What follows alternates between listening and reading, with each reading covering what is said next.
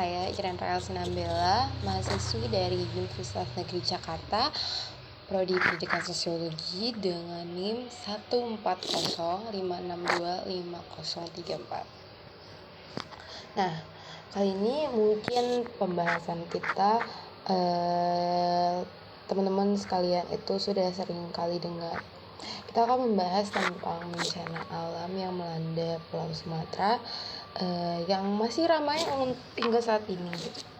Nah, jadi bisa teman-teman bayangin Sumatera itu yang alamnya subur, tanahnya hijau banget, tiba-tiba dilanda sama banjir bandang yang mengerikan yang ada di Aceh, Sumatera Barat, dan juga Sumatera Utara. Nah, ini itu bukan cuma hujan deras ekstrim karena siklon tropis, tapi juga karena kerusakan hutan dan tambang liar yang memperparah bencana ini gitu. Air naik secara kilat, longsor lumpur campur gayu gelondongan itu menghantam rumah-rumah yang ada di sana. Nyawa lebih dari 300 orang meninggal dalam hitungan jam. Dalam hitungan jam 300 nyawa itu hilang. Nah, bisa teman-teman bayangin gimana keadaan di sana, gimana ricuhnya, gimana bencana itu benar-benar membuat semua orang jadi terkena gitu dampaknya. Gak hanya 1-2 orang doang, gak hanya 1-2 rumah aja, gak hanya 1-2 nyawa aja yang terkena. Nah, ribuan orang mengungsi, mitigasi yang kurang cepat itu kurang bisa membuat ini tragedinya jadi sulit untuk dicegah. Yang hilang itu bukan cuma rumah atau sawah, tapi juga rasa aman yang selama ini menjadi fondasi hidup mereka, para korban. Di sini mungkin yang akan saya bahas itu lebih ke dampak psikososial dan trauma kolektif. Nah, di sini itu kita bisa ngelihat bencana ini gak cuma ngerusak badan, tapi juga jiwa. Banyak penyintas, apalagi anak-anak yang kena, yang mengalami stres akut dan cemas terus-menerus sampai depresi yang gak hilang-hilang. Karena mereka itu pasti kayak misalkan teman-teman bisa bayangin ya, kalian itu menjadi korban dari sebuah bencana. Nah, terus pasti kalian akan memiliki memori dari bencana tersebut, dan itu pasti bisa aja akan mengganggu kalian dalam waktu yang lama, jangka panjang gitu. Nah, anak-anak di sini pasti lebih rentan, jadi mereka pasti ada rasanya untuk cemas atau bahkan sampai depresi yang gak hilang-hilang gitu. Mereka pasti akan keinget-inget terus kejadian yang mengerikan itu, kilas balik pas lagi sendirian, bahkan sampai susah tidur karena mimpi buruk gitu. Nah, hal ini juga akan memicu mereka untuk lebih sulit untuk bersosialisasi. Nah, di bencana ini juga pasti karena menghilangkan banyak rumah, dibuatlah pengungsian. Nah, di pengungsian ini juga karena penuh dan sesak, privasi mereka itu jadi hilang gitu. Karena tidak ada privasi, itu juga bisa membuat kesehatan mental mereka makin drop. Lansia dan anak kecil yang paling rentan itu keduanya, karena mereka kehilangan keluarga, tetangga, dan juga mata pencaharian sehari-hari.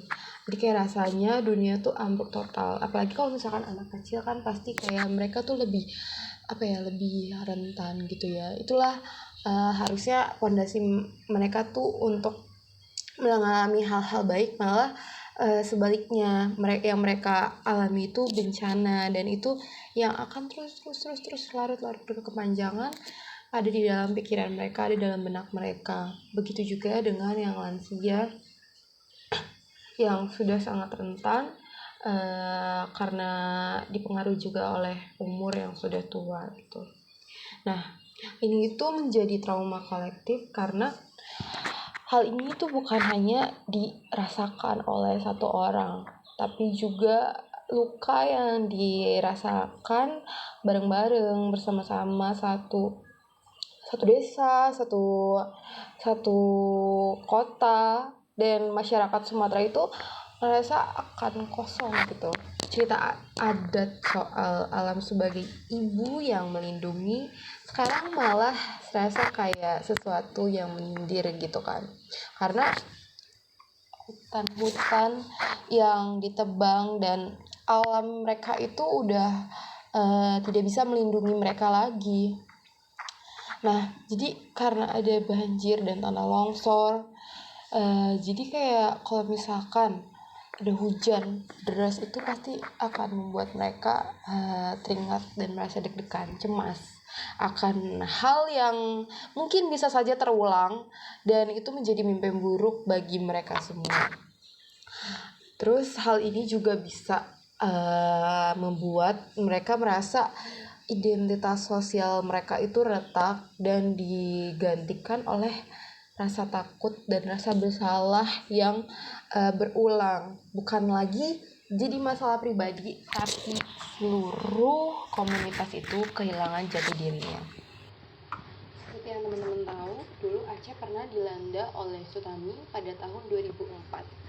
Nah, di sini itu yang bikin kita lebih merasa sakitnya lagi melihat bencana di Sumatera kemarin itu karena ada beberapa korban banjir yang dulu selamat dari tsunami Aceh tahun 2004 ini mengalami bencana lagi yang sangat besar.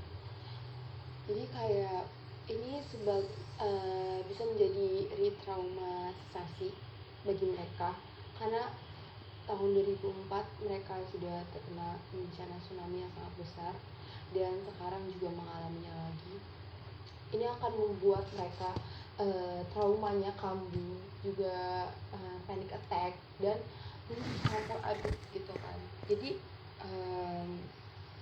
mereka mungkin bisa bertanya-tanya kayak kenapa kok bisa bencana alam ini terjadi lagi menimpa mereka gitu.